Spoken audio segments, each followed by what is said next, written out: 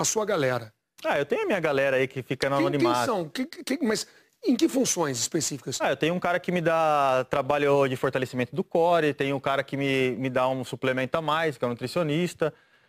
Eu uso tudo lá, deixando bem claro, eu uso tudo lá que tem do Vasco, mas eu tenho sempre um depois. Tem gente que gosta de, depois do treino, ir para um barzinho, tomar um chopp. Eu gosto de treinar, eu gosto de me cuidar.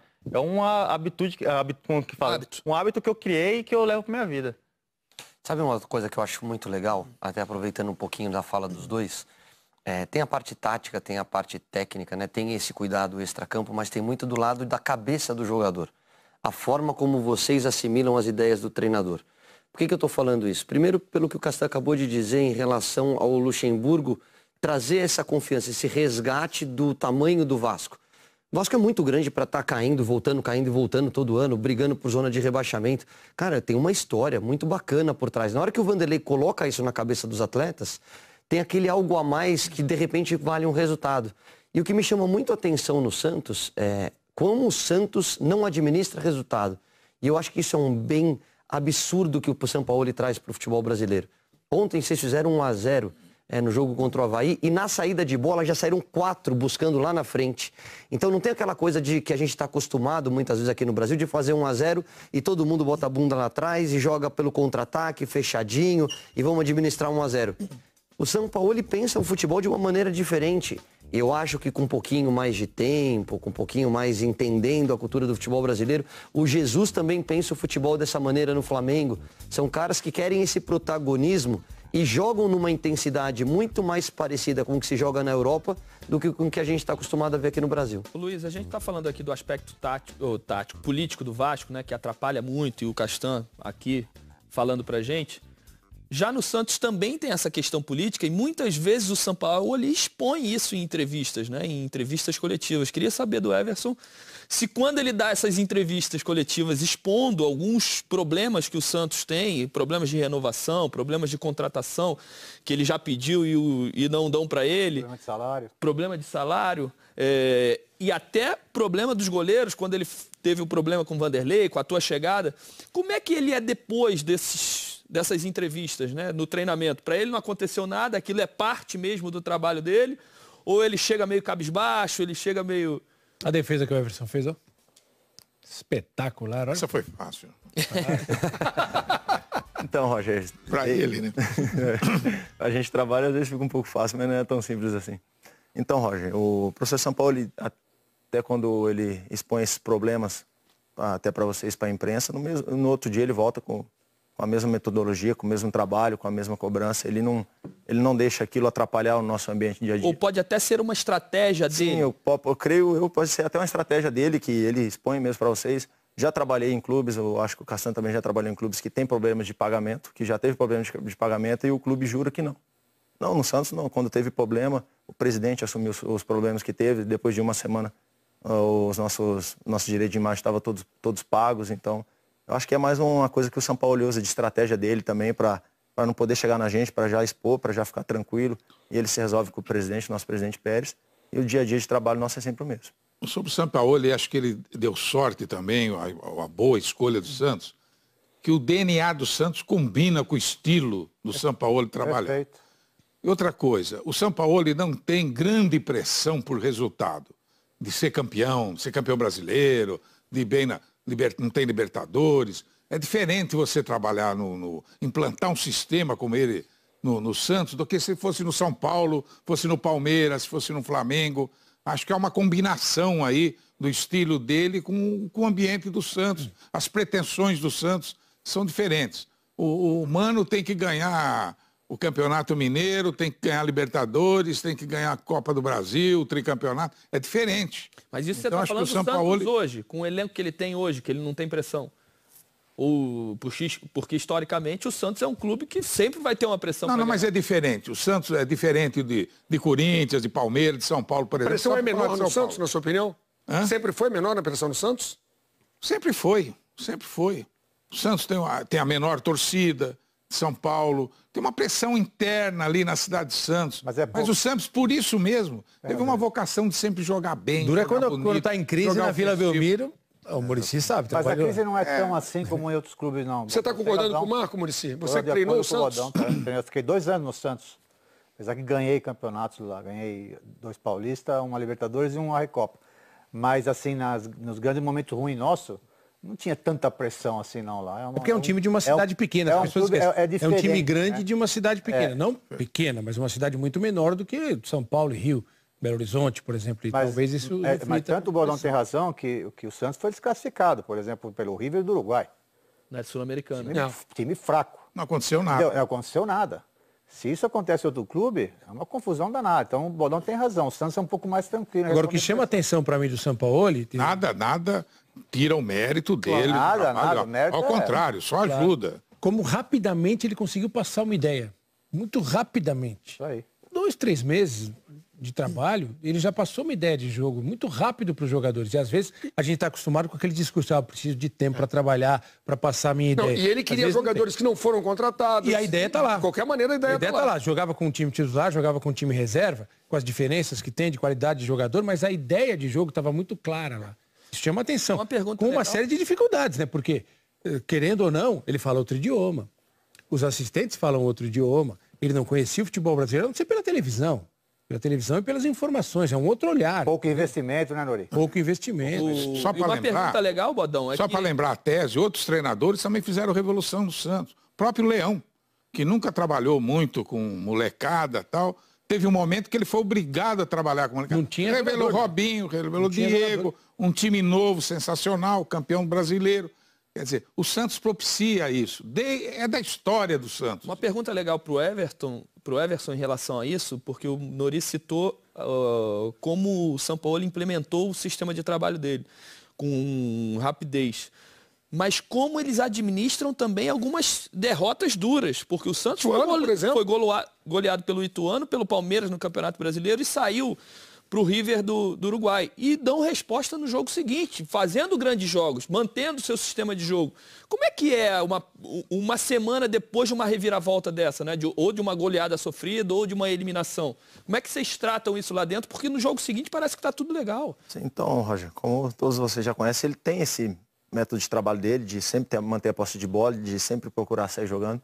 E ele sempre fala para nós, em pré-eleição um jogo, se errar a primeira bola, acontecer alguma coisa, tenta a segunda. Tenta a terceira, continua aqui. Eu não quero que vocês mudem esse jeito de jogar. É o jeito que eu gosto de jogar. É o jeito que vocês estão jogando bem, vocês estão se sentindo bem. Então vamos continuar jogando. Tivemos a derrota do Ituano, ele teve uma conversa com a gente. Depois tivemos a do Palmeiras, teve conversa, mostrou os erros, mostrando onde a gente pode acertar. Além dos trabalhos de campo, ele tem muito trabalho de vídeo. Quase toda semana a gente fica na sala de vídeo, 2 ou 3 vezes na semana, por cerca de meia hora, vendo vídeo do que a gente errou, do que a gente acertou, do que ele quer implementar a mais no seu trabalho. Porque tem esse negócio de diálogo, a gente entende bastante o que eles falam com a gente. Por mais que seja diferente, o castelhano ali, o espanhol é um pouco próximo. A comunicação funciona normalmente ou vocês têm alguma dificuldade de compreensão em algum momento? Não, a comunicação ela funciona 90% tranquilamente. De vez em quando que eles falam um pouco mais rápido, um pouco mais nervoso, a gente para, olha... a gente para, olha e daí ele vai, ele percebe, pausadamente ele explica e a gente consegue entender tranquilamente. Everson, vocês se representaram hoje, já treinaram? Já treinamos hoje. Vocês tiraram uma onda dele e falaram assim, professor, você tem que se controlar um pouco, você está suspenso, você não vai dirigir o time no final de semana. Não tem um respeito. De um treinador? O Diniz que dele, ele foi o primeiro treinador, tomou o terceiro amarelo. Mas é como eu falei, Caio, antes dos treinos ele brinca com a gente, pós-treino ele brinca, mas quando ele está ali no horário de trabalho, ele é totalmente profissional, ele se transforma, ele cobra muito, quando erra, pede para voltar, é um cara que ele cobra de todos, sem exceção do goleiro ao atacante, todas as funções, do goleiro de defender, de poder sair tocando no meia, dos volantes, de achar um passe, ele sempre cobra todas as funções dentro das características do jogador. Agora, perguntar para o Castan, que jogou na Itália, o Caio viveu na Itália um tempo, não sei se ele chegou a jogar, mas não jogou. O Caio não jogou na Itália, não? Você viu, me defende, o Caio jogou? Você vai deixar barato assim? Ele sabe que eu falo para encher. O Caio jogou muito no Napoli e passou pela Inter de Milão. É o que dizem. E o cara, para os dois, vou aproveitar o Castan que está aqui, teve mais recentemente lá. O cara tenta fazer o que o São Paulo e o Fernando Diniz faz na Itália, ele dura quanto tempo? Uma semana? Dura mais que no Brasil, você pode ter certeza. Mas os caras, porque daí, também, é a pátria da defesa, né? Sim. Eu acho que eu tive um treinador agora, quando tava saindo da Roma já, não tava nem jogando muito mais, mas o que ele fazia de tática era brincadeira. Tipo, era toda quarta-feira de manhã ele pegava a linha de 4, chegava 2 horas antes do treino e era lá. Bola coberta, bola descoberta, vai pra frente, vai pra trás, era... O que é bola coberta, bola descoberta? É, quando você tem o meio campo, tá virado de costas pra você, pra defesa, a defesa sai. Se ele vira e tá pronto pra lançar, eles falam escapa, né? Que a defesa tem que correr pra tirar a profundidade. Então, acho que isso foi uma das coisas que eu aprendi muito isso, que eu era acostumado sempre a estar jogando pra antecipar. Hoje tenho muito mais leitura de jogo, né? Quando... eu sei a hora certa de antecipar, ou se o cara vê que o cara tem muita qualidade para meter a bola nas costas da zaga, jogar que nem um exemplo. Primeira vez que eu joguei contra o Pirlo. Pô, não sabia o que o cara fazia. O cara tava olhando para um lado, a bola ia para outro, não sabia o que fazia. Então, é todas essas coisas que você vai aprendendo e com futebol muito de alta qualidade mesmo, que você vai começando a pegar esse jeito aí. Eu queria saber uma coisa, falando do Vasco. Maxi Lopes tem alguma possibilidade de voltar? Porque você trouxe o Maxi, não foi? Não, na verdade ele não, se não for você ligando pro Max, ele ligou pra mim, pra eu vir, né? Ah, é? Na época eu tava... O Max chegou antes, né? Tava rescindindo o contrato com a Roma. Perdão, eu que troquei, perdão. O Max já tava e falou, vem que é uma boa. Isso, não, foi o seguinte, a gente jogou junto no Torino, a gente fez uma amizade boa, aí tava tendo a discussão de eu fazer um acordo com a Roma pra rescindir meu contrato. E aí ele me chamou e falou assim, aí, como é que tá? Tá saindo a rescisão? Aí eu falei, não sei como é que vai ser. Ele falou, pô, acertei aqui no Vasco, o que você acha de vir pra cá? Aí eu falei, pô, não sei, né? Eu falei, vamos ver. Aí quando saiu a rescisão, ele me chamou, o pessoal do Vasco veio forte em cima, eu peguei... Mas o Corinthians também quis, não queria? Então, na época foi o seguinte, quando eu vim de férias... Depois... Hoje o amigo corintiano falou, você tem que perguntar pra ele por que ele veio pro Corinthians. Isso foi num segundo momento, né? Foi, porque virada de ano quando acabou a temporada lá, era em junho. Aí teve alguns times que me procuraram. Só que aí eu falei, eu não vou abrir mão de muita coisa da Roma, vai ter que esperar a rescisão. Alguns times pularam fora. Quando saiu uma rescisão, eu tinha um acordo verbal com o Corinthians, e quando eu saí, eu daria a possibilidade de voltar pro Corinthians. Prioridade. A prioridade, Aí quando saiu uma rescisão, meu pai entrou em contato com o pessoal, o que foi falado que na época o treinador era o Osmar Loss, que a prioridade do Corinthians, eles iam dar prioridade para os meninos que estavam subindo da base, na época que era o Léo Santos e o Pedro Henrique. Pedro Henrique tá no Furacão. Que daí eles falaram que o Osmar Loss queria pôr os meninos para jogar, mas eles falaram assim, espera um pouco, porque acho que depois vai precisar. Só que aí eu não podia esperar. Falar em esperar, tem um cara da família que não tá podendo esperar agora. Você quer uma resenha familiar agora? Vai rolar? Até hoje pode, né? Até hoje pode. Até meia-noite do CSA, família Castan. Fala do seu irmão, Luciano. Vamos lá. Meu irmão é um orgulho para mim. Eu fico muito feliz, como eu falei, né? De ver ele jogando a Série A, realizando o sonho dele aí. Espero que ele seja muito feliz aí no CSA e consiga seus objetivos. Marco Valente, pode passar aí pro irmão o quê? O irmão mais velho falou, essa questão aqui do orgulho do irmão mais velho em relação ao irmão menor. Luciano, ele disse que você é um orgulho para ele, que torce por você, quer o seu bem com tudo, mas agora vocês vão ter um encontro, né, no próximo domingo. O encontro é um pouco diferente, né? Um pouco fora do comum, mas de muita alegria, né, de estar enfrentando ele dentro de campo. Eu que sou um fã do futebol dele, que vi ele saindo de casa, da nossa casa, né? Muito pequeno, atrás do sonho dele, que era o meu sonho também. E agora poder estar enfrentando ele num campeonato desse nível, que é o Campeonato Brasileiro, é de muita alegria. E me sinto muito feliz, né, de estar enfrentando ele, que é a fonte de inspiração para mim. Agora me diz uma coisa, vocês...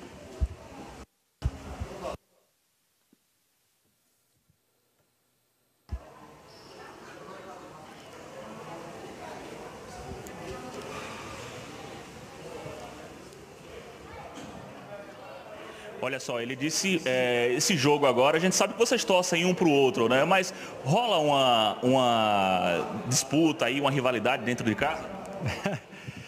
Dentro de casa, estão acostumados no videogame só, né? Desde pequena rivalidade. Dentro de campo vai ser a primeira vez, né? Mas eu espero que a gente possa sair com um belo resultado. Vai facilitar para o irmão? De jeito nenhum. Beleza. Leandro, fala aí. Luciano vai te enfrentar pela primeira vez. São quantos na família? Sou eu, ele e tem a irmã caçula. Não, e o pai era zagueiro também, né? Pai zagueiro. Foi zagueiro profissional. Eu, inclusive, tenho uma tatuagem na perna que tem ele e meu pai junto. Quando a gente entrava em campo com meu pai, e eu fiz uma tatuagem que a gente tem um quadro lá em casa. E aquilo aí simboliza muito pra mim, porque foi quando eu comecei a querer jogar futebol. Eu entrava em campo com ele, junto com ele, cada um no braço dele. Então, eu fiz essa tatuagem com ele, eu levo ele no meu coração pra sempre. Eu fico muito feliz de ver a família que ele tá construindo também, os filhos que nasceu agora, o filhinho. Eu não tenho nem palavras pra dizer. Fico muito feliz por ele mesmo. Mas a partir de hoje vocês não se falam mais, é isso? Até domingo não tem papo. Não. E você acha que tem torcida em casa de pai e mãe? Você vai escolher um ou outro? Sabe que pai protege o menor, né? Tenho certeza Acho que o pai vai precisar do empate, hein? Vai querer empate, hein? O pai vai torcer por um empate. Vai querer empate aí o pai. Nós estamos precisando de 3 pontos, não dá pra empatar. Mas ele também tá. Então o bicho vai pegar. Mac, vamos mais uma vez com você aí. Repete, por favor. O Leandro está dizendo que vai precisar dos 3 pontos. Eu não entendi, perdão. Bom, tá com problema lá, o Mac não está ouvindo a gente. Então, Leandro, uma mensagem para o seu irmão Luciano, então, para a gente encerrar esse papo em família. Dizer para ele que eu estou muito orgulhoso dele, muito feliz por ele. Espero que ele consiga realizar todos os seus objetivos e que domingo vença o melhor. Mas deixar um abraço aí para ele, dizer que estou um pouco de saudade dele, né? Faz tempo que a gente não se encontra. Domingo aí, antes da partida aí, dar um abraço nele aí e que ele continue fazendo o trabalho aí. Desejo tudo de bom para ele na sequência da carreira dele. Legal, então. Luciano Castan conversando com o Leandro Castan. Pai Marcelo Silva. É isso? Um pai não tem Castan. Que encontro bonito, hein? Parabéns. Legal. Pela amizade de vocês, muito bonito. E o Leandro Castan é uma história que muita gente conhece, acho que até a maioria do público conhece, mas tem uma história de superação. Ele teve um tumor na Itália e as imagens são impressionantes. Se você recordar uma matéria que nós já vimos várias vezes, você teve problema para voltar a andar, não foi, Leandro? Depois? Tive um restart. É uma coisa impressionante. Um jogador profissional do mais alto nível jogando na Série A italiana, jogando uma grande temporada na Roma, tem um problema. Tem um tumor na cabeça, uma cicatriz na base da nuca, aqui na cabeça, e a volta é duríssima, a ponto de você ter que reaprender a andar. Imagina reaprender a jogar futebol profissional. Então, uma história incrível de superação. Foi complicado mesmo. Eu era como todo jogador normal, né? Com sonhos, objetivos na vida, e no auge da minha carreira, posso dizer assim, depois de sair do Brasil, ter ganhado Libertadores, Campeonato Brasileiro, chegar na Itália, ser vice-campeão italiano, e no ano que ia jogar Champions League, que ia tentar tirar um scudetto da Juve, de um dia para o outro eu acordei com tontura e começou esse drama aí. E a vida mudou, né? Você não tinha nenhum sintoma antes desse dia? Não. Você ficou quanto tempo sem jogar? Sem jogar? Sem jogar 1 ano. 1 ano. Eu fiquei 6 meses sem fazer nada. Sem fazer nada. Tinha que ficar, porque de um dia para o outro eu tive tontura. Fui dormir, estava um pouquinho tonto. Quando eu acordei, eu não conseguia ficar de pé. Aí fui pro médico, me levou no oculista, vou dar uma resumida, bem assim. Me levou no oculista, não tinha nada nos olhos, aí fui fazer uma ressonância na cabeça, o médico falou que tinha um tumor na minha cabeça. Eu, mas como tem um tumor na minha cabeça? Oxe. Aí foram fazer os exames, era benigno, né? E nesse tempo eu comecei a passar mal, porque me dava muita tontura, eu perdi 15 quilos. Então foi complicado. Aí depois de 3 meses, que daí eles me chamaram numa sala e me explicaram tudo aquilo que eu tinha. Tudo aquilo que eu tinha, aquela doença como era, aquela doença que eu tive quando estava em formação na barriga da minha mãe, tudo. E o médico chegou para mim e falou assim, a partir de hoje, se você quiser... Ele me deu até um exemplo que eu nunca esqueço, que era o Doni, que jogou também na Roma, o goleiro, que o Doni teve que parar, tive um problema no coração, eu acho. Falei assim, se você quiser fazer igual o Doni, e vender dinossauro, que o Doni tem se você quiser fazer igual o Doni e vender dinossauro, você tá bem, mas para jogar futebol você não pode. Você aposentou. Ou você faz a cirurgia. Aí eu ali no momento eu falei, parei. Aí peguei minhas coisas, fui pro CT da Roma, que eu queria pegar conversar com o diretor para ver o que fazia para eu poder vir pro Brasil e ver uma segunda opinião, alguma coisa. Aí cheguei lá e o diretor da Roma falou, enquanto eu for diretor da Roma, você vai ser o zagueiro da Roma. Daqui você não sai. Vai pensar, vai para casa no no Natal, que era final de ano já. Aí fui pra casa, aí eu ali em casa pensando, vendo os jogos e tal, olhei pra minha esposa assim, quer saber, vou operar. Como assim você vai operar? Falei, vou operar. Vamos embora. Porque tinha o risco na operação, é isso? Tinha. Ele te deu a possibilidade de parar de jogar e continuar daquele jeito, ou de operar e ter algum risco na... Porque essa doença, eu sempre tive esse tumor. Aí tive tontura porque ele cresceu, ele inchou.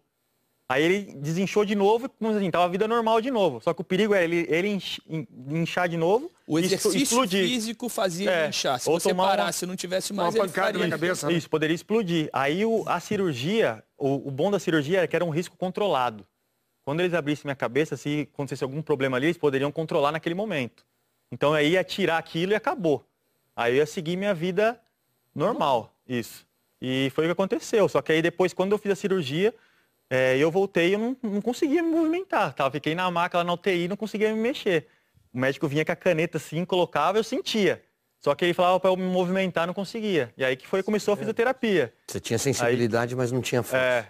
Aí foi a fisioterapia, foi intenso, foi sofrimento. O cérebro dava o comando, o corpo não atendia. Não atendia. Foi na região do quê? Do cerebelo? Cerebelo, isso aí. Cerebelo que dá. É o controle motor, né? E aí foi quando começou todo a suar mesmo. Mas graças a Deus, Deus me deu muita lição disso, de vida, de moral, de tudo, sabe? E mostrou pra mim que a minha família é o meu bem maior que eu tenho nessa terra. Foi que Deus me deu, que é a minha família, porque em todo momento estiveram comigo. E como foi reaprender a jogar? Foi difícil. No primeiro dia, quando eu voltei, que eu lembro que me deram uma bola, eu voltei pra casa chorando. Eu nunca vou esquecer disso. Cheguei em casa pra minha esposa, eu não consigo mais jogar futebol, quero parar de jogar futebol, porque me deram uma bola, não sabia o que fazer com a bola. Fiquei horrível. Aí voltei pra casa chorando, falei, não consigo mais. Pô, os caras falaram que eu ia voltar a jogar futebol, não consigo. Aí foi que começaram a me dar força.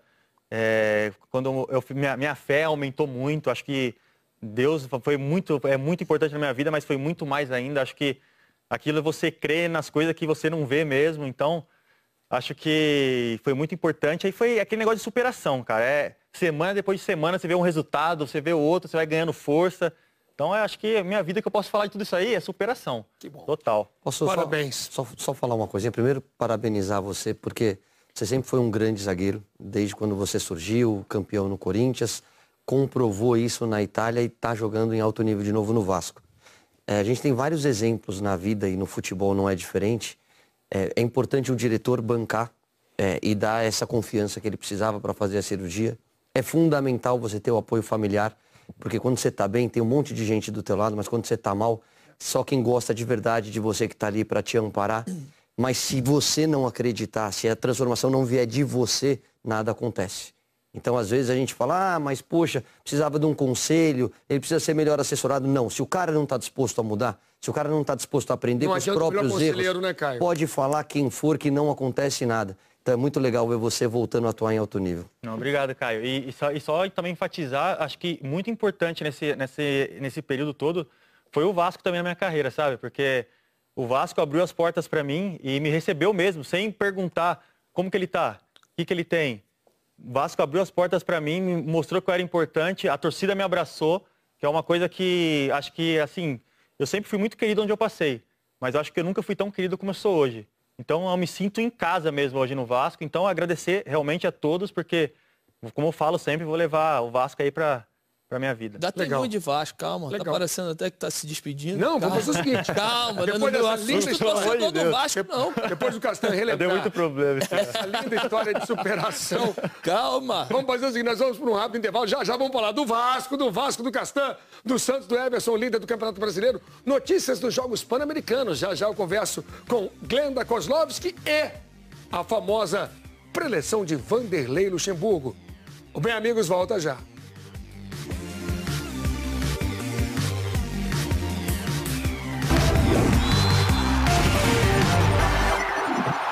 Pessoal, há 6 anos atrás eu ganhava mais ou menos R$1.000 por mês trabalhando no emprego tradicional. Hoje eu consigo faturar mais R$100.000 por mês trabalhando em casa e pela internet. Mas como que eu faço isso? Eu criei um robô no Facebook que faz vendas para mim todos os dias praticamente no piloto automático. Você precisa configurar ele apenas uma vez e depois ele faz tudo sozinho para você. Você quer aprender como que você também pode ter o seu robô? Então clica no link na descrição desse vídeo que eu vou te ensinar exatamente como que você vai fazer isso.